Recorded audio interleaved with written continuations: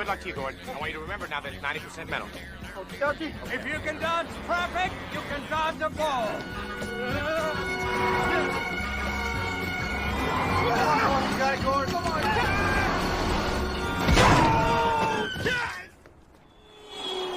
I'm fine. I'm okay. Okay, I'm fine.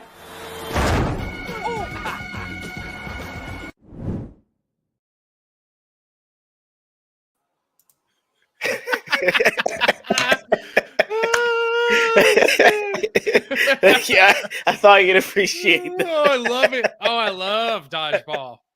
Dang, I know, man. It's one of the all-time greats. And a minute I saw it as a pinata farm, I'm like, yo, I gotta do this. Oh, I'm getting a weird echo in my headphones. Are you better now? Test 1 2. Any better? You still got it. The echo's still going. Hold on. It's all right. Work on. That's fine. Go ahead and take your time. I'm just gonna go ahead and check in with the chat, guys. While we're working on that. All right. So Oh, yeah, this echo is nuts. It is? Yeah, work on it. It's fine. I'll go ahead and just address the chat while you work on it. All right. So we got what's up, Cannoli Sass? What's up, people driving home? If I crash, it was worth it for this. Okay. Starts everything off. But this is Catania. Hey friends, I'm at work. If I get fired, it was worth it for this. Then White Bear's coming through. Hey y'all, I'm drunk. If I get drunker, it was worth it. Love to hear it. Ooh, we got Nosferatu. Like and subscribe. Thank you. Oh, the link in my Twitter that has my YouTube for my account actually works now. So y'all, thank y'all for being actually very patient with me on fixing that because that took a while to figure out. All right. And so Nuss says you both sound fine just on your end there. Really? You still the echo on there? Check. Okay. It sounds good over here. I'm gonna bounce out of the studio and I'll come right back in. Maybe it's my end. Okay, no problem. Go and work on that when you pop back in. I'll let you know on there too. All right. So guys, it's just you and I for the time being. You know what? It is Friday Eve. How has everyone's day been going that can actually respond in the meantime? For me, it was a very simple day. Not a lot of people coming in out of the clinic, so easy day. A lot more time to just write things out and get prepared. And let me see if we got him back in. All right, that's a lot better. All right, yeah. Great. What we got? Here's White Bear, and plug it for 30 seconds and plug it back in. Thank you, White Bear. The old thanks, IT tech method. support. Hale Laura says, I can't stay. I'll watch the replay. Have a great stream, everyone. Thank you, Hale. Sir. All right. And all right. So we are now back. Technical difficulties have resolved. So it is time for our introductions. It is I, the Dumbles whose door is always open. It is Gandalf without the gray or the white, because I'm all black. It is Geordie LaForge captaining this enterprise. And I'm not Hawkeye win with the Boeing arrow. I am Black Guy. I am Left Eye E.G.O. And today we've got the man, the myth, the legend, the author, who wrote a fantastic book. Y'all have to check it out. Why Not Wichita, the Copa Catania. How you doing this evening, sir? Thank you for having me. I'm doing great. All right. Fantastic. The minute I heard about his book from Cannoli Sass about Why Not Wichita, I had to get it.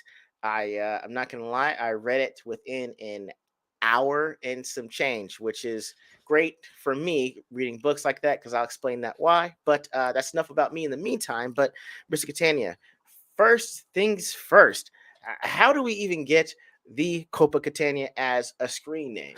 Tell me about that, please. Oh, well, I'm the biggest Barry Manilow fan. Only knows one Barry Manilow song. So, I guess I'm a fan-alo. I just love him. He's great. I crowdsourced it, and in my crowdsourcing, everybody in the comments, someone put it in there with the lyrics to Copacabana. That's what I thought. Okay. Yeah. Her name was Twyla Fox. If she's listening, hello, Twyla. You are the reason why my channel's named. And everybody's asking me if I'm a fan-alo. Thanks. I mean it. But yeah, so I crowdsourced it. She put it up there, and then it just exploded from there. Everybody was like, "Oh my god, that's amazing!" I have the song in my head, so who am I to say no? Yeah, I sat there and went, well, I guess I'm Copa Catania now, instead of what I wanted to be, which was like synthetic or something like that. I wanted some kind of like really cool title with the word sin as in cinema in there. Yeah. And yeah, and they were like Copa Catania, and I was like, yeah, all right, yeah, we'll go with that. How long instead. ago was that? Man, that was. Let's see, my channel's about 4 months old now, so it was 4 months. It was like right before. Wow. I kicked everything off. I did a crowdsource for that. Oh, wow. That's what they came up with. Not bad. I definitely checked out your channel for the good God. It was Triple R Director. It was the review that you dropped yesterday. Oh yeah. How do you pronounce that again? The director or no, the name of the movie. Bahabali? Bahabali. There we go. Yeah, I didn't want to say Bobbly. Yeah, Bahabali. Well, not because I know it's like I think the director it's up for like Best Picture now at this point. No. Triple R is his newer one. Oh, yeah. And it just won Best Musical like song for the Golden Globes, I believe. Okay, I can't wait till they actually wind up saying what the nominations are. I think it's nominated for Best Picture. I think at this point, so yeah, if he wins that, it's gonna be fantastic. That's one of my Triple R is becoming one of my favorite movies, though. Oh, that's a fantastic action film, one of the best of last year. I'm like, sir, please come to the United States. I know, right? You could do so much with this. It would be fantastic. Come do a DC film at least. Well, just one. I'll ask for one. Doesn't matter. Just one. Batman or Superman. Yeah, Batman or Superman, your choice. I'm not gonna even. I was like, sir, just take one. If you want to do Blue Beetle and Booster Gold and call it Blue and Gold, I don't care. That's fine. I'm okay right? If they break out into song. I'm okay. Could you imagine a Justice League with him as a director? It would be nuts. It would just be so good. You'd be like, why is there a dance scene in the middle of them beating up the parademons? I don't care. We're just Who cares? We don't. It's like, but you're still singing the song, aren't you? Like, yes, I am. Yes, I am. But so prior to writing Why Not Wichita, I understand that you were in the actual entertainment industry. Like, yes, when did you start? Like, what was your years active, and what was your experience like? Like, what did you actually do in the industry? Well, other than fluffer, no. I started in 2009, and I started script doctoring because I took a couple screenwriting classes, and then kind of got my foot in the door. I got a question for the uninitiated, for the basic cinema bitch that I am. Okay. What is script doctoring? Like, how does that work? So you already have a screenplay that's written. And but the producers or the production company say, hey, we want this scenario to be punched up more. But for my particular thing I was doing a lot of dialogue. So I had a couple friends that were working for like a mid-tier production company, like straight to video type of stuff. And so they would call me into their office to just punch up dialogue or give characters like quirky things to do. Like they're on their way to a murder. To murder somebody, but the guy who's sitting in the passenger seat can't stop fumbling around the radio stations while they're talking, stuff like that. And my friends would always call me and say, hey, you want to do lunch or something like that, and I would come up and meet them in their office. But lunch really turned into, hey, we got this problem here, what do you think? And I would sit there and brainstorm with him and whatnot, and they'd cut me a check and throw me an NDA to sign, and I'd leave with money and a belly that was full. So I got my start there, but I was still in film school, and I was doing production, and I started looking through job listings for like what is out there, like what is everybody looking for, and I saw that editor, like film editor, was a big one. That was like, man, like, other than like makeup design or like cinematographer, because everybody wants to be a director. Okay. So I sat there and I went, well, dude, like I can edit. I'm cutting my own stuff right now. So while I was taking an editing course in film school, I started applying for jobs as an editor, and I just jobs started rolling in. Now I would- Really? yeah, like I'd start chopping stuff. Now, granted, I'd start chopping stuff for free, and that's one of the things Okay. a lot of people don't like hearing is like, well, Okay. you got to work for free, especially if you're in film school still. Okay. Just get your name out there, build your portfolio, stuff like that. So that's exactly what I was doing. I was chopping a bunch of stuff, and then I got hired on one short film as a digital image technician, is what they call. And then what is that? so digital I'm sorry. image technician. I don't mean cutting you off. I'm just like, Right. he's saying these words. I don't know what they are. Okay, I'm so not gonna pretend I don't. So in film, obviously you don't have digital, but with digital cameras, what my job was on this set wasn't like what fully entails a digital image technician. So I'll just go over what my job was, which was Sure. basically take the memory card once it was full, Okay. upload all the footage onto a hard drive, and then format the card and hand it back to them. So they always had a fresh rotation of cards. Oh, okay. And then on top of that, I would play with like how like a scene would look, because when you get the image is usually flat, and then you kind of play with the image, like with filters and stuff like that to see kind of how it's going to look. And then you let the cinematographer know certain things that you're spotting while you kind of scrub through the footage. And then at the end, once you get the last of the footage, you run what's called dailies, which is where all the major department heads and all the major actors and actresses kind of sit around and watch some of the takes and stuff like that to see where the movie's going and what needs to be worked on, what's working, stuff like that. So I was doing that for this short film. I was a digital image technician, and then the short film wrapped, and then they said, well, we need an editor. Who wants to edit? And no one said anything, and I didn't say anything. And then my buddy of mine, my best friend, he threw my name into the hat. He said, Pete does. And my name was the only one in the hat, so they gave it to me. They said, hey, you want to edit? And I said, sure, I'll take a crack at it. Why not? And then they paid me in, I did that job, and they paid me in lens filters that I had to sell on eBay. Or not lens filters, lens adapters. I had to sell those on eBay, so that was my payment. It was like $300, $400, $500 at the end of it, and then that was that right there. That's what set me up. I was like, hey, next job I get, editing's $500, because that was my last job. So it took me this long to edit this thing. That's $500, and we'll break it down from there. And that's where I started really like taking off. That was the money maker, and it has been ever since. Wow. I got into directing while I was in film school. I shot my final film, and it won the competition at film school. And then I took it, and then it started like really, I started throwing it in this festival circuit. Okay. Just messing around, and it didn't meet a festival it didn't like.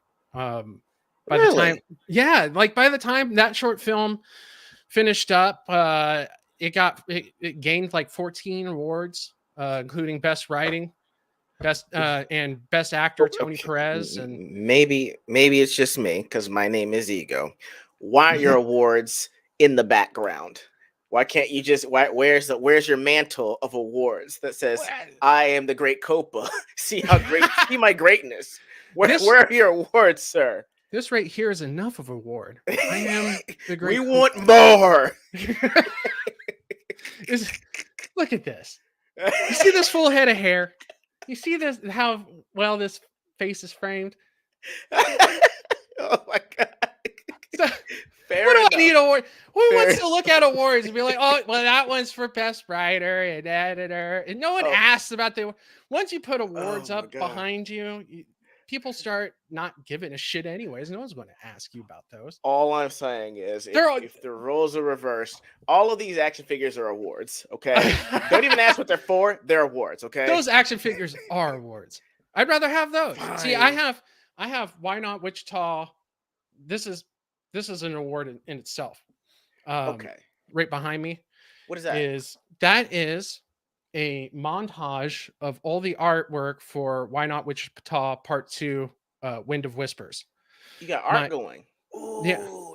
Nice. Yeah. So Oh. I'll lean back. So that's Miriam right in the middle. Yeah. And then all of our designs leading up to her and certain other elements that are happening in the next book are all Okay. kind of montaged in there and taped. And for Christmas, I was up in North Carolina, and the artist called me. He said, "Hey, what are you up to?" And I said, just doing Christmas stuff, hanging out, chilling." He's like, "I'm going to come down." Okay. He's like, "I got a present for you." Okay. So he comes down and he unwraps this thing, and I'm like, That is "What?" awesome. I know you can't see it, but everything that's held together is held by like masking tape. And he was like, "I was going to take the masking tape off," and he's like, "But it looks so good." So I was like, "Okay." I say it looks. My jaw dropped. I can't believe it. It is a beautiful piece of art just by itself, and for him to do that for me is great. This is actually probably one of the last pieces of art he's ever going to do. Really? He's starting to get arthritis in his hands, Oh boy. and he's just pretty much reserved to that. Skill is leaving him. So, Okay. and he's told me countless of times now that my next book is probably the last piece of art anybody's going to see of his. Oh wow. Okay. You know what? Well, I'll jump right into it with you on that one then. So, all right. So we got Why Not Wichita. I'm gonna Yeah. tell you off before I even ask you. I'm just gonna let everyone know. I tell Copa off screen. I'm gonna tell y'all just like this is.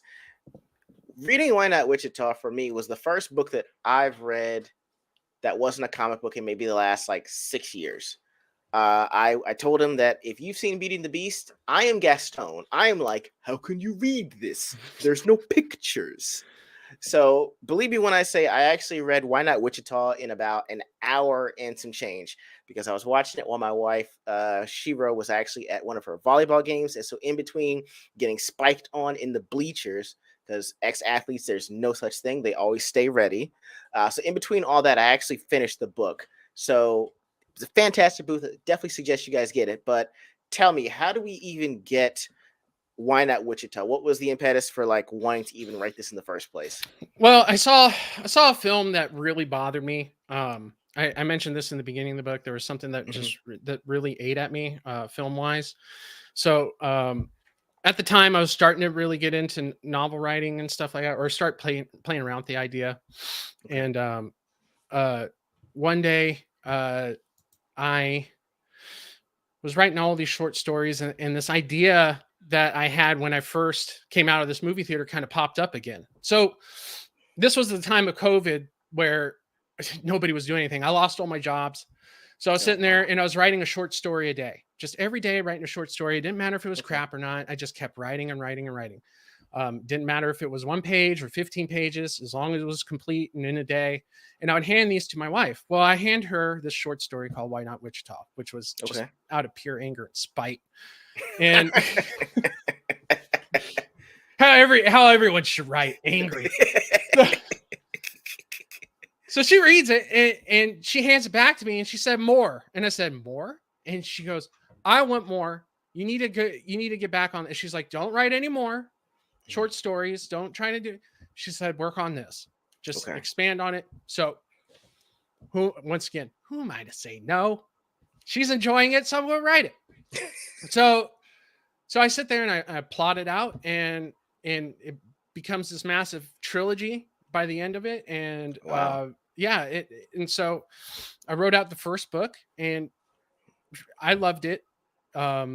She loved it, and then I started just shopping it around and giving it to beta readers, and they loved it. So I was like, okay, well, I think I'm onto something here, and I put it out there on Amazon 2021, and it's taken off like a rocket.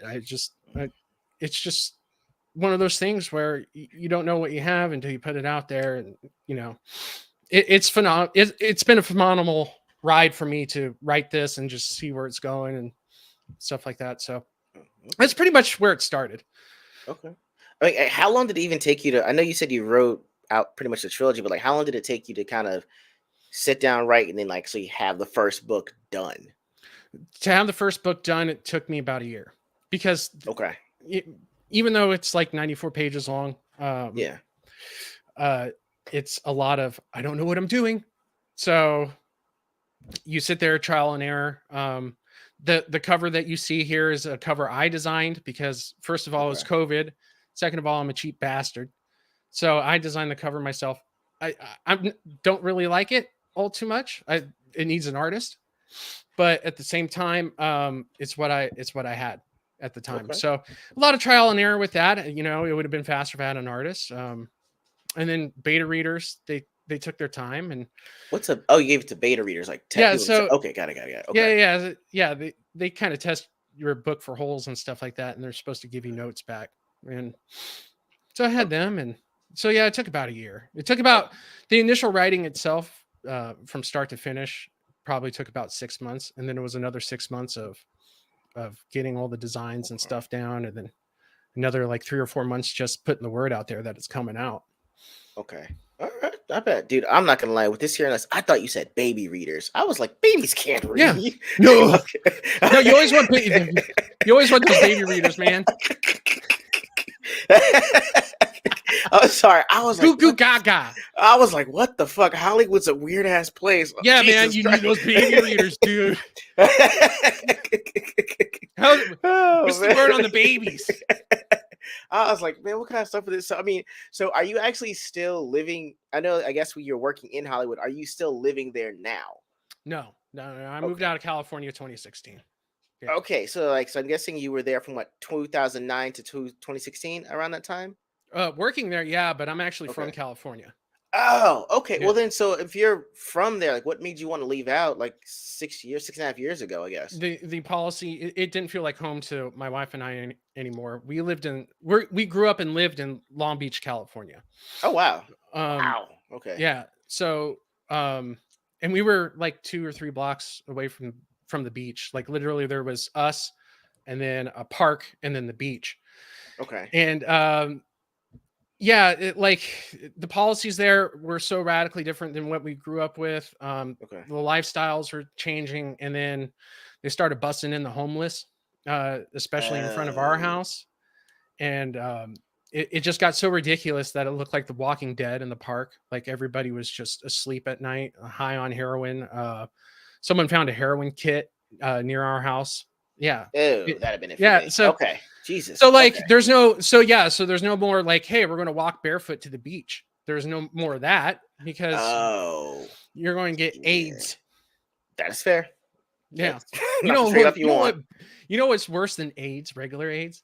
Beach What? AIDS. You don't want beach AIDS. You know how mad you got to be to explain to someone? You'd be like, I've got the AIDS. What happened? You know, just walking by, stepped on a heroin needle. Hobo Bob just left it there. You know? Now I have the AIDS. It's just one of those California whoopsies.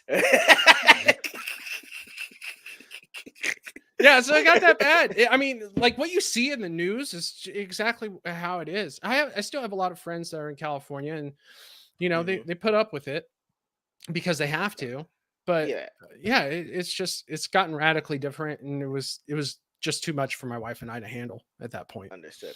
If I have to tell you, like, sometime off camera, and hopefully I can get him on to talk about this, but I've heard some pretty wild stories of people that were in California too. So I have to tell you off camera, and I'll bring him on, hopefully for a live, because the stories he tells just ridiculous. Oh yeah. But go ahead. You see, especially when you grow up near the beach. When you grow up near the beach area, there's some wild stuff you see, especially on the beach. They tell, and I'm like, yo, is it like that? They're like, no, it's worse. And you're like, no, it's wow. Worse. And then they tell you, like, okay. But anyway, I'm not sure if everyone knows this, but Mr. Copa and I are coming up with a new product, and it's a new business venture we're talking about. So I just want to guys show you our demo tape, and we're going to check it out and see what you guys think. Here we go. What up? Are you ready for the best idea ever? Do you have money? Do you want even more money? Well, guess what? We've got a great idea for you. I told you not to stay out of my peripheral through the whole. 2, 1, Fight Milk! The first alcoholic, dairy-based protein drink for bodyguards. Buy bodyguard! I drink it every morning so I can fight like the crowd.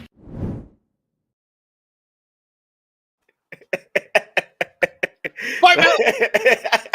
I love Charlie and Mac. Oh, dude. Hilarious. Those are Mac has all my dance moves too. Those are all my dance moves. That's all I got. That was me at my wedding.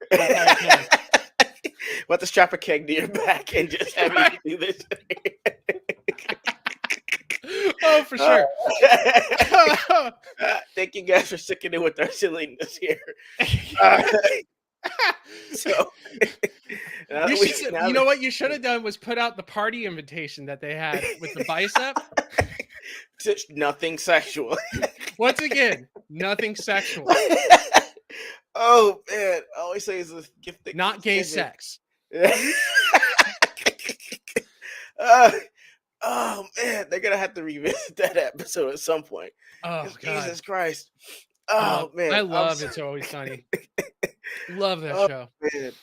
So kind of circling back to you actually with your time, working, in the entertainment industry, who was someone that you actually did meet, that you can speak like, oh, this person really is really cool in a positive light, and what, really a joy to be around? Because I don't know kind of people you interact with, celebrities, directors, or what have you, but someone you could say, hey, this person is actually pretty cool when I was around them. Yeah, the first one that comes to mind is Christopher Nolan. Jesus, man. Yeah, he is somebody like what you see in like interviews. If you ever watch an interview with Christopher Nolan, Yeah. perfect gentleman, soft spoken. He's just like that off camera as he is on camera. When I met him, he had all the time in the world for you.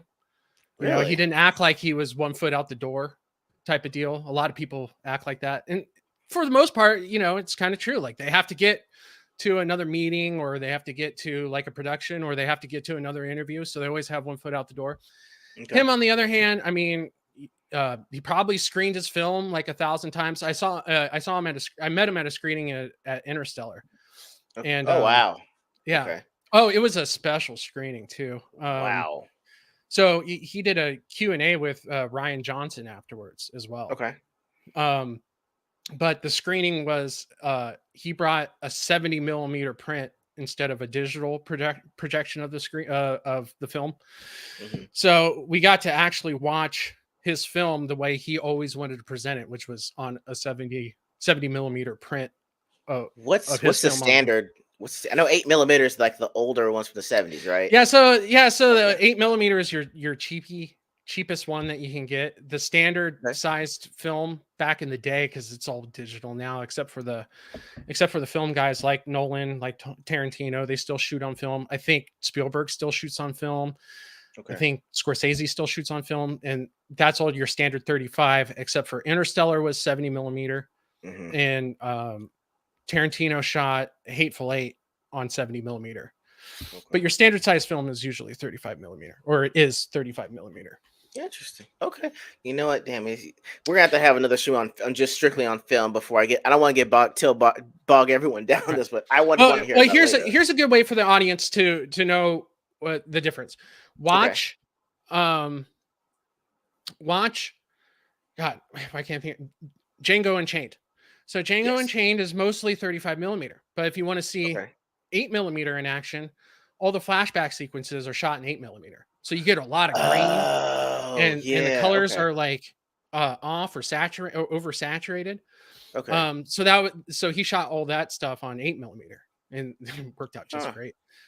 Okay, cool. So, yeah, all so right. you can see the difference there. Okay, all right. And so who knew Christopher Nolan was as nice as he is on the off camera as on camera? Okay, he's a perfect gentleman. Okay, well then, if we're doing this, okay, let's just say this. Okay, let's say everything explodes for Why Not Wichita, right? You get approached by every major motion picture association saying, "Hey, we want Why Not Wichita to be a live action movie. Well, you'll do the editing. We want you to choose your director and the lead role for your movie." Like, who are you choosing? Oh, well, I casted Mary Elizabeth Winstead as Miriam when I wrote it. So, because she is someone who can oscillate between being a smartass and kick-ass. Okay. The only problem with Mary Elizabeth Winstead is she's a little bit older now. So she probably like Miriam because she's in her older. She's in her young. Miriam's in her 20s, and Mary Elizabeth Winstead is probably near 40 now. Okay, but that's who I had casted. She looks the part. Wow. Okay, I can see that. Yeah, you know what? For those that don't know, let me go ahead and share the screen to show you I'm looking at because Okay. you said it so fast. I was like, I have to pretend I know who this is. Let me Ramona look it up off Flowers. screen. Ramona There Flowers it from is. Scott Pilgrim. Yes, because that is exactly where I was. Yeah. So yeah, this is pretty much her. I was looking at. I was like, yep. You know what? That actually tracks. So okay, and this is Yeah. her right around now, right? I think A little bit so. older. Okay. Maybe. All right. Yeah. That could work. I think you could find that kind of or that type to play the role. But okay. All right. So Yeah. you know what? Who plays the mayor and who plays her father? Okay, so the father, I'll tell you. Okay. Well, all right, we'll go in order.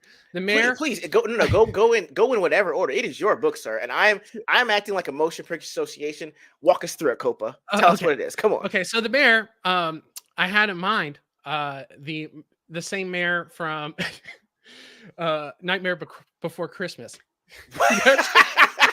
So we can get him Okay. with Mary Elizabeth Winstead somehow. That would be Okay. perfect. All right. Yeah, she's hot. Very. I yes. agree.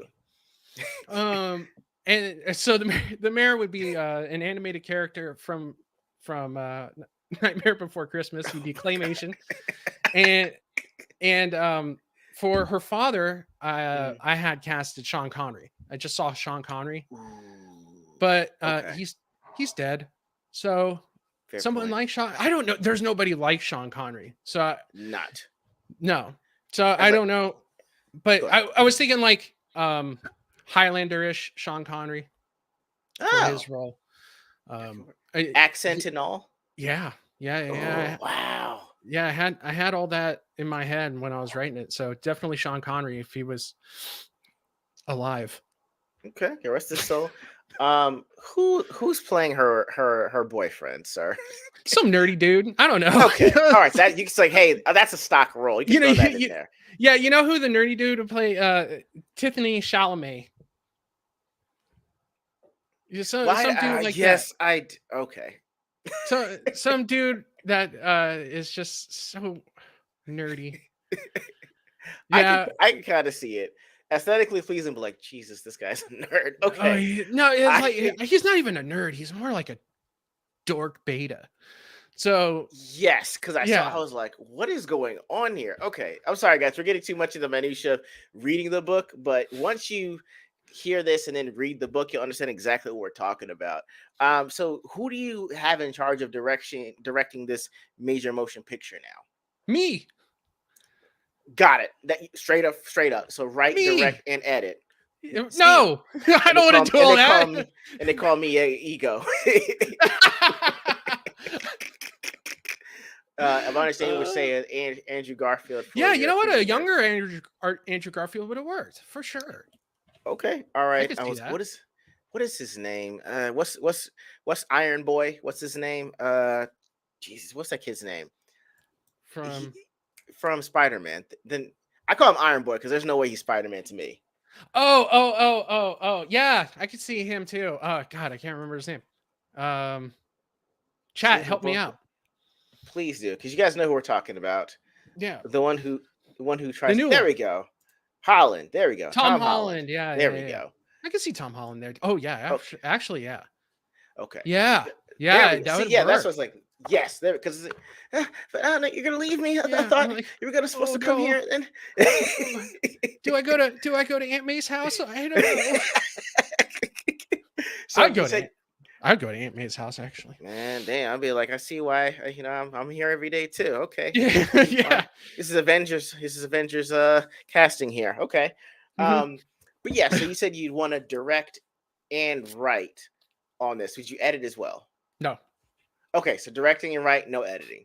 Yeah, editing is work. So directing's fun. Shiro. Yeah. Okay. All right. Yeah, directing's fun. Because 75% of your movie direction is casting. So as long as I cast it right, I can just coast the rest of the way. Cool. That'll work then. All right. So with having, having the book out, working in the entertainment industry, what's something that you've noticed since you started your YouTube that was kind of like more or less unexpected for you? Because I know you've only had it for 400 or for 4 months, but you've already got quite the subscribership. So, what was something that actually surprised you about the whole process with YouTube? Well, I think you know this is just all the women that throw themselves at your feet. Oh my God, I'm just drowning in it Yeah, right like now. right. I mean, it's like you start a YouTube channel and then just women just bust through barricades for you. It's ridiculous. It's weird. You start a YouTube channel, fellas. Like all you single fellas out there, I'm telling you, they just fall over for you. Oh my God. That is Copa and Left Eye on the same channel. Uterus has exploded. Oh, yeah. Amongst other things. Yeah. Man. Other than the women falling at your feet, yeah, I think you kind of mentioned it. Just how fast the channel exploded. There's two. First of all, how fast my channel exploded. Never expected it. I've expected maybe 50 followers by the end of the year. This was a channel that I started that I kind of wanted to get things off my chest and kind of talk about things that I like talking about, which is movies. And my wife was tired of it. She's like, I don't want to hear you anymore. Yours too, right? Yeah. She's like, stop talking. Or we're watching a movie and she's like, stop talking. Like, I don't want to hear about how they make these things. You're like, no, I have to point it out because if someone else says it, Right. you're going to say, why didn't I say it? So I have to say it right now. She's like, in the Right. middle of the movie theater. Yes, somebody has to say it. So, okay. I thought it was just me. But go ahead. No. It's like, oh, you see how they did that? That's green screen. Ah, shut up. I thought he was really flying 300 feet in the air. Her boobs digitally added. Digitally added boobs, hon. Sorry. Those aren't real. Yeah. Oh, man. Yeah. So I started this channel just messing around. It's one of those things where I was just messing around. It wasn't anything like, oh, you know what? I'll start a lot of authors do this is they start a YouTube channel to promote their book and stuff. And totally cool. But that wasn't the reason why I started. I started it because I just wanted to chat about stuff that I like, which was movies. And so, so I did Top Gun Maverick, and instead of getting those 50 subs, now I have over. I think I hit 360 today. Nice. Maverick blew up to the channel. Oh, thank you. Yeah, Maverick blew up right away. Maverick got over like 5,000 views. Wow. Yeah, and I was just like, okay. And then I thought, oh, that's a fluke. Yeah. That's just something. And then I did a couple more videos and they hit like 300-400 views. And I was like, weird. But the big one was Triple R. I did a Triple R review and that just skyrocketed. I think it's at like 57,000 views. What? Yeah. So I was like, okay, all right, I'm in. You have me. So that's when I really started taking it serious. Okay. Wait, you weren't taking it serious before? Damn, dude. Well, I mean, I was just I just wanted to talk. I just wanted to talk about the things that I liked. I wasn't trying to get into the YouTube sphere. I saw what during COVID, I saw what finally Critical Drinker, I was exposed to him and I was like, man, this guy understands story. And he could really break down a movie. And then that was really the inspiration of doing this. So I was like, I'll do like something like Drinker does, kind of loop a trailer in the background and talk over it and muse about my opinion on it and just leave it at that. And I was just going to walk away and just do that like once a week, twice a week, whatever. And then it just became a thing. I had no intentions of busting into the YouTube sphere. At all, really, but here I am, and I'm enjoying every moment of it. Views are fantastic, man. Thank you. Yeah, and then I met Cannoli Sasquatch through White Bear, and we all got together and we started our. If you told me like 2 months down the line I was going to be hosting a live show, where we talk about movies, I would have said, yeah, right. But here I am. I'm hosting a live show with him on his channel, on Cannoli's channel, Cannoli Productions. Cannoli Sasquatch Productions, and with him, White Bear, and Vex Electronica, and we just have a phenomenal time every Monday night, and it's just it's been a whirlwind. I'm enjoying every moment of it. I'm soaking it in. This community has been great. This group of friends has been wonderful and fantastic. Okay, that's fantastic as well, man. I mean, like I said, you do a fantastic job breaking things down. The humor is there, the cut scenes are there. Like I said, love the humor that you have on there, but it doesn't take away from, your reviews are technically sound without sounding, like I know everything up here, you don't, and I'm just gonna talk over you. Like you bring it down to where everyone else is, but no, like, hey, look, I know what I'm talking about, so it's greatly appreciated. Thank you, thank you. I And mean, that was the second part of what was shocking is how well this community has embraced me, and I've embraced it right back. I'm shocked that there isn't a lot of ankle biting going on and stuff like that. It seems like everybody is kind of in it for the other one, and it's just been a wonderful journey to be a part of. Okay. Yeah. I mean, I guess then, with having the book, working in entertainment, having, the YouTube streams with Cannoli Sass, White Bear, Vex Electronica, and everyone, how do you balance all of that? Well, it's a tight rope walk, isn't it? Indeed. And life keeps throwing plates up at you. And sometimes someone lights the rope on fire underneath your feet, so you got to move quicker. You gotta. I schedule everything out, and I write early in the morning when no one's up, and then I get my work done. If I'm working on someone else's project, like editing, that's priority number one, and that goes on for about 8 hours, and then I'll work on my channel. Wow. And then and then after that, and at a certain time, it's knock off ship's work, and you put things to the side for the next day, and you just keep doing that. But one thing I've had to learn is the fact that I'm a workaholic. And back in the day, like when I was first starting, I could put in 14 to 16-hour days for months before I burnt myself out. Wow. And that turned out to not be healthy for me or for my relationships. So I had to learn right quick how to put things aside, and just parse everything out. So my schedule also is open for all the things that life throws at you. So I don't like fill my schedule up and go, no, I'm rigid. You can't. Oh, I don't have time for a flat tire. So you can't do that either. You can't be too rigid with the schedule. So I try to follow the schedule, and I try to sit here and say, okay, I'm putting everything on the shelf for today. It's going to collect dust until tomorrow. Okay. All right. Yeah. And the last thing is for people out there, you can't take the other one's time for granted. Yeah. So I try not to take, my wife's time for granted. So when it's her and myself, it's her and myself, and we're hanging out. Okay.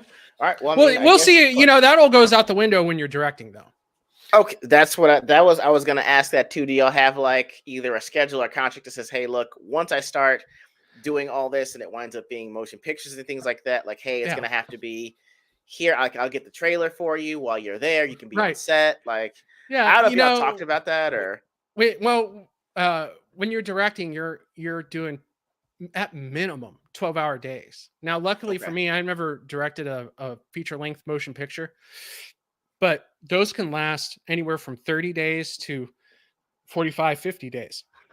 Okay. And you're doing 12-hour days for 6 days a week. You only get one day off. That's usually how a movie shoot goes. Okay. So when that happens, usually I was directing commercials, which is usually 2 days, maybe 3, depending on how many locations there are. Okay. She understands that, hey, I'm not going to be around for X amount of days because I'm going to be on set for 12 hours. And then on top of that, I'm probably going to eat with the crew. And then after that, I'm probably going to come home, go to sleep, wake up, do the same thing over Same again. thing next day. Okay. Yeah. So you have all that, and then you have wrap parties and stuff like that, and Mhm. that you have to attend, or well, you don't have to attend, but you should. Should. So Yeah. it's stuff like that where the special occasions where it's just like she understands, and she gives me that space as well. Okay. All right. Well, I mean, so in addition to your duties with editing, directing, and having a live stream, I understand that impending fatherhood is on the list of those duties as well. Sir, is this the first child you guys are having together? Yes, sir. How does it feel? Take me through all the emotions. I ain't got kids yet. Me and Shira were talking about working on that. I need to know, like, what am I supposed to feel? How do you feel? Tell me, walk me through the whole thing. Well, when your wife, when you're trying, and we tried for a while, Uh-huh. so when your wife hands you the positive Yeah. test result, you kind of don't believe it at first. I don't want to say you don't believe it, but you're just like, what do you mean? You're such a dumb man. You turn into such your dumb man mode switches, and you go, what is this? A stick with 2 lines? Whoa. And she goes, no, dummy, I'm pregnant. And you go, what? Oh man. Wow. And then you just I mean, I could have knocked all the lights out of the socket. I was so excited. Just jumping Okay. up for joy. I just I still have the same stick that said she was pregnant. I still have it with me. It's just a phenomenal experience. It's just the miracle of life. You could talk about it all you want. You could hear everybody talk about it, but as soon as you go through it, it touches your soul in a deeper way. And yeah, it's just such a special thing to be a part of. To bring a life into this world is just such a positive moment, and I truly feel blessed about that. She's blessed. We understand a lot of people have hard times going through it, and and so we don't take it for granted whatsoever. Yeah, I just the schedule thing though, I don't know how that's going to work with a baby. That's why I was like, man, I know Shira was like, hey, look, after I have our baby, like, au pair. I'm like, how? She's like, Dang. no, au pair. I'm like, who has au pair money? She's like, you better find it. I'm You like, better- yes, I better find it. You better pawn off those shells behind you. Oh, Bro, the thing that I was working on when we first got on, I'm probably gonna have to it's it for those now. So that's why. Well, yeah, if you're gonna have a little one running around, those toys Yeah. ain't gonna make it. no, that's Especially- why I was like, Especially Go that rogue toy. You could hook me up with that rogue toy you were showing on Twitter the other day with the badunkadunk. Dang, bro. dude. Bro, I got more of those. I have to show you guys the review. I have to upload that later. It's like that's the old one. They've got the ones that Hasbro came out with, and then Storm is in the background too. I'm like, what did y'all put in the Bro, water at yo. Hasbro? She is squatting every day. Right, Every I day see she's why. getting those squats in. I see why everyone had that picture of her laying down their side like that. I was like, they were not lying when y'all said she had an absolute dump truck. Damn. She Anyway. does. Right. So, but anyway, I have no idea what's going to wind up happening to this room because She-Ro's like, yo, this room is probably going to be the baby's room. And I was like, but where will my toys go? She's like, you have to figure that out. I'm like, that's it. We're going to have to get another house with another room then. There's no way. So Yeah. we'll have to work that stuff out. But I guess you guys already have like the crib and everything set up for them at that point, or y'all still working on that stuff? No, we're still working on that. I just built they call it what do they call it? A pram. What is that? It's a what you call it? Why can't I think of the term right now? I'm such a new dad. I don't know. It's fine. I'm Stroller. through all the new things. A stroller. Oh, a stroller. Okay. Yeah, I built a stroller, and it's like this 5-piece stroller thing that. Oh, I heard about those. Yeah, and then you can lock it in. You can lock it in, and then it also works as a car seat and stuff like that. That took me about 3 weeks to put together. Thanks. That's fair. And then we have this what do they call it? It's like a playpen that you can take, and it turns into like 5 different things. Pack and play. There you go. And stroller. Okay. Yeah. Dude. Yeah, I'm gonna have to I'm just gonna be messaging you like, dude, what do I do? How do you get that? Okay, Man. where'd you get this? Bro, I'm gonna have to be like, yeah, I'm gonna have to just come around and just say and ask you all the questions. Like I told you, I was like, hey, I'm probably gonna be prepared up until the day, and I'm gonna forget everything. Sure. Yeah, that's Yeah. exactly it. Say, yeah, this is the segue we didn't know was gonna happen, guys, but we welcome it anyway. I But, mean, but the missus is she's already done her nest, and she's doing nesting all the time when she's home. Like every time she's home, she's cleaning something up. She's already got the room situated so when we have the crib, because the baby's going to sleep with us for like the first year and a half, 2 years probably. So the room's already set up for the crib and stuff like that. And you know, it's like every day there's something new that you got to do. Checklist, and you know, and that's the thing too, is like start making checklists. Like, hey, this is the thing. I got her a book that sorts all those checklists out, and then she expects me to participate in that book. But I said, I got you that book for you.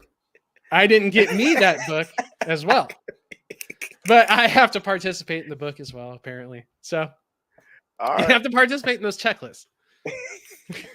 Hold on 1 second, man. I got the technical difficulties. Oh, okay. Here it is. All right. Let me double check here. And let me turn this thing off. Sorry, guys. I accidentally turned off my own headphones. Hold on 1 second while I get set back up here. Oh, come on, guys. I think it's time for me to take over the show. How's everybody doing in the Day chat? for all the technical difficulties to happen, right? Hey, chat. Why don't we get some yo's up? I want to see a bunch of yo's. There we go. All right, I should be on. Can you hear me now? Oh, yo. Yeah. Oh boy. Now I was just getting your yo's up. It's just the way I wanted to end it. Hold on. Okay. All right, there we go. Okay, should be good there. Hey yo, dope. Okay. Okay. You sound like I'm a rapper now. I was just trying to get the chat to say yo a lot, but they're not participating. You want to? Oh. Hold on 1 second. Now I'm getting the echo you had. Hold on. Oh, that's awful. And on. Copa's trying to set off the rap party. Yeah, just throw out a yo. I just want one yo. Oh, man, hold on. Please give me a yo. Come on, guys. Go. Right, and oh man. Yeah, give me some too. I want some yo's and some You want the yo? You got the yo. Yo.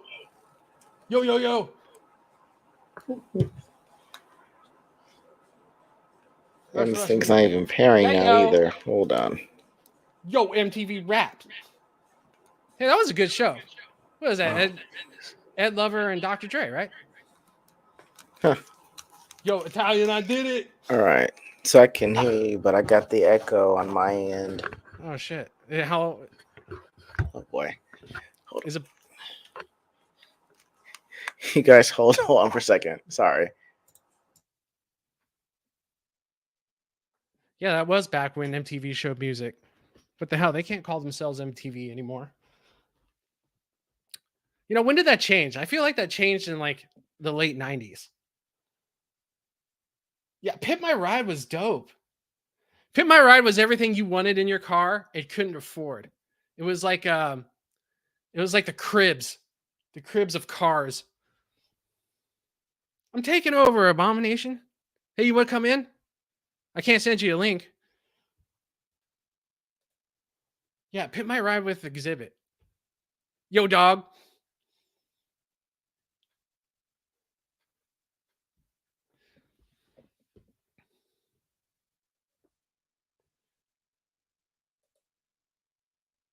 Yeah, you know what? What was that? What was Exhibit's first song that I heard? Paparazzi. He had that string quartet in the background and stuff like that. That was pretty good. That was pretty good. And then he hooked up with what? Aftermath. He hooked up with Aftermath. He had a couple of good hits there too. I really liked Exhibit.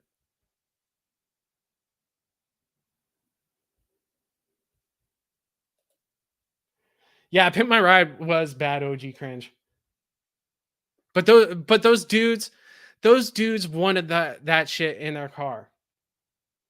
And I know a bunch of friends that wanted all that crap in their car too. I had a couple friends that put the LCD screens in the back seat so nobody could so everybody behind them at the Wendy's can watch whatever they are watching. Little Mermaid. Honey, I can't show my art in the background.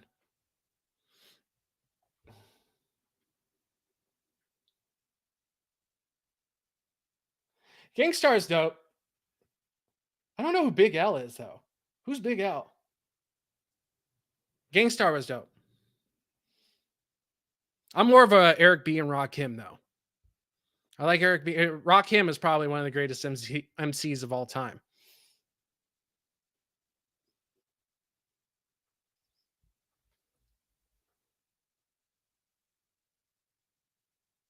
Oh, that shit was getting jacked all the time. All that stuff that I want to know what the net analysis at the end there was. All that crap going into the ride versus how much of that shit got stolen in about 2 weeks after the show aired.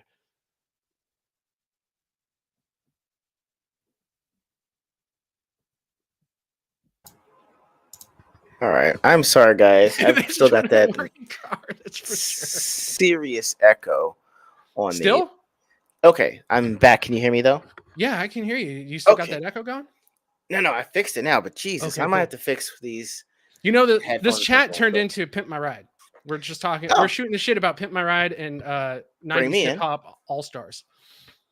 Ooh. Okay, we're talking about early 90s or late 90s. Go ahead. I'm sorry. No, Wookie was it Wookie? No, Nosferatu was talking about Gangstar, and I was saying, yeah, Gangstar was pretty dope, but I'm more of a Rakim fan. Or being Rakim. Classics. Yeah, That's fair. I get you that. We were mostly talking about Print My Ride and how all that shit was probably stolen 2 weeks after the episode aired. Dude, I'm like, I can like, what was the I wonder what your insurance wound up being after that. Dude, seriously, that's actually a good question. Yeah, like what was like? It's You're probably in California? They probably like, fuck this. I got to take all this crap out. I can't afford it. Right, like either that or you had to sell it, and I'm like, well, I mean, they pimped the. Did they ever do anything with the engine, or they just built around it? I feel like they made sure the car ran so they can have those shots. Like they did the bare minimum there, but the budget was all interior and exterior, right? Yeah, I was like, you know, come to think of it, like Pimp My Ride as an adult now is gonna be different. How do you want to pimp my ride? Tires. Tires. Like, you want spinning rims? No. Just tires, man. No, it like, just went Goodyear, regular old-fashioned tires, man. I see. That's a show I would watch. I would watch it an adult. Pimp My Ride for adults. Okay. Pimp My Ride for adults is like, yo, make sure my mini door van works. Yo, dog, we know you came in with the Dodge Caravan. You had to slide the door back. Now, if you push the button, the door comes out. Yo, dog, I heard you like sliding doors, so I put a sliding door on your sliding door. That'd be awesome. It was like, I was like, now he's like, oh, I was like, what do you want? Just a blind spot detector. Wait, what? That's it. Just a sensor. Just a sensor. Doesn't have to be anything fancy. Just a little light that lets me know someone's in my blind spot. Yeah, I'm okay. That'll work. Yeah, just give me the backup camera that beeps when I back up and I'm about to hit the wall. That's all I need. Oh man, collision detection. I'll take collision detection. That's all I need. Simple things. I was like, Exhibit, sir, if you're watching this, there is a market for your show. It's a different market than you expected. It'll turn into, like, honestly, he should be in a Progressive commercial. That would be hilarious. That would be great. I would watch that. Sir, I would totally watch that. I'm giving you the rights for that. If that becomes a commercial, like, you should direct that scene. Like, hey, Exhibit, there's a commercial about people that turn into their parents. So like, skewing rims. What's the insurance on that? Don't ask questions. You're too like, I would definitely watch it. That'd be hilarious. but anyway, could you imagine like disputing that on your insurance? Like, yo, I'm only driving a Mazda Miata, and they're like, yeah, we watched the episode. That was all for show, guys. Look, this is just the before picture. No. That was before I knew the insurance was gonna be through the roof. You Please have a take all full that off. on discotheque in your back seat. We know what you got. Right. I'm like, how far could you drive that without people recognizing? Number one, like, can you even you can't leave that outside anymore because everyone knows what's in there. Right. I can't imagine what like they did. Like, did you ever hear them put a security system in the car? No. like what is it? Like, sir, you give me everything but security. Yeah, they probably, the guy probably asked, like, "Hey, did you give me a security system?" They're like, "What for? It's going to get stolen." You're like, wait, We what? already know You're what's like, going to happen to it. right. I was like, since all was donated, you don't get any of that back. And Yeah. if your car was like Kelly Blue Book for $1,000, by the time that you get the money for that and the insurance claims, you're not even gonna have enough for the car that you were driving to begin with. So it's just like, Right. yeah, I can only imagine. But I will watch a Pimp My Ride for an adult. Like, sir, that's fine. Like, pimp my house if you need to. How? Yo, dog, we know you don't have any security, so we got you ADT. Like, I would act just like he put spinning rims on the car when I was 17. Like, oh my God, we got ADT. We've got ADT. So, yeah, I would not know how to act at all. But yeah, thank you. Pimp my ride, Pimp my ride for your house is more like, yo, we fixed your squeaky door for you. Oh, thanks. Yeah, if you're like, you know what, there was no one else to do this, that's fine. I would be like, I'll take it. Yeah, they're putting PS2s and flat screens and that shit. Yeah, of course it's gonna get jacked. All that and no security system. But you go fish and play Tony Hawk in the backseat and the front seat. Oh man. Yodi, thank you so much for taking over the chat with me while I was figuring out the mic issue. But yeah, man, no problem. It has been fantastic having you on, sir. I'm probably gonna want to have you back on at some point as well to talk more movies. But for everyone else that may not have a Twitter, where else can they find you on the socials that they would have? You can find me on Minds, True Social, Getter, anything that was ever a social media. I'm on there somewhere at some capacity. Yes. I'm sure you should search my last name, Catania, and you'll find me. Okay. It's the same picture I use everywhere. So you Okay. can find me there. You can find me on the YouTubes right here at Copa Catania. You can find me at Twitter at Copa Catania. You can find me on Instagram. I believe that's also at Copa Catania, but you can search Catania. Yeah. Okay, yeah. So you can find me there too. I'm messing around in there as well with my photography and stuff, but that's just me being. You do photography too? Yeah, but that's just like hobby stuff. I just throw it on This guy. Okay, just like I'm a Renaissance man, I guess. Da Vinci, he's reincarnated as me, as Copa. This guy. Yeah, it's been great having you on, man. Yeah, I'm definitely gonna have you back on some point because I definitely got some people I need you to talk to as well. But everyone, thank you for joining the chat on this Thursday evening. I know that tomorrow I'm going to be on with Canoli Sass, talking with him. But yeah, I will tell you guys the thumbnail and the announcement for that later. But for now, thank you guys so much. For Copa Catania, E.G.O out.